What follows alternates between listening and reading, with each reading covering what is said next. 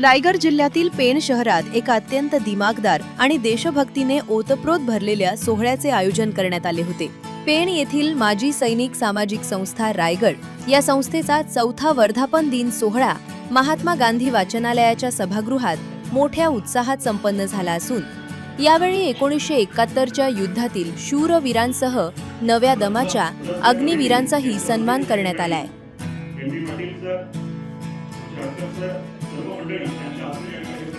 वेगळ्या ताकदीने जात असतो की हा मुद्दा मांडायचा आहे, हे बोलायचं आहे ते, पण हा कार्यक्रम असा आहे की जिथे बोलताना जीभ पण थरथरते, कारण का इथे आम्ही ज्यांच्याबद्दल बोलतोय त्यांनी खऱ्या अर्थाने समर्पण म्हणजे काय हे समाजाला दाखवलंय, समर्पण म्हणजे काय हे देशाला दाखवलंय।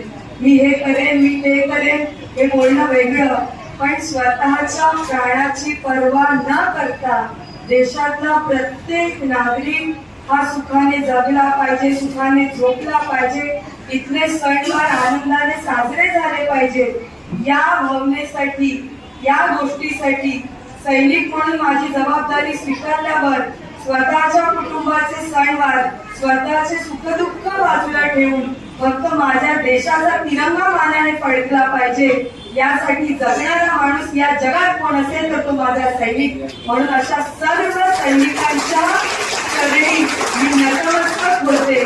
शब्द पण जिथे अपुरे पडावे अशा माझ्या सैनिकांबद्दल खरंच बोलताना डोळ्यात पाणी येतं की तुमच्यामुळे आम्ही सुरक्षित आहोत।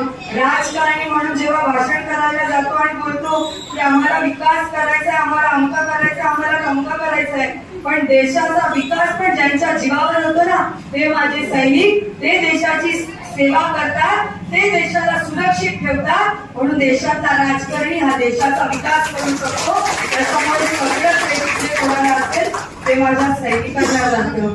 फक्त तुमची सैनिक क्षेत्रात जाऊन जो अनुभव मिळतो किंवा जो डिसिप्लिन येतो, त्या डिसिप्लिनच्या आधारे आपली फॅमिली किंवा मुलं सुद्धा पुढे जातात। आज आमच्या या प्रेरणादायी जसं मार्गदर्शन असतं त्यामध्ये आजपर्यंत पेण तालुक्यातले 4 मुलं अग्निवीर म्हणून गेलेले आहेत। आज खरं तर त्यांचा सुद्धा सत्कार करायचा होता, पण ते सर्व मुलं ट्रेनिंग मध्ये असल्यामुळे त्यांना बोलवलं नाही, परंतु त्यांच्या आई वडिलांना आम्ही शुभेच्छा संदेश देऊन त्यांचा सत्कार केलेला आहे।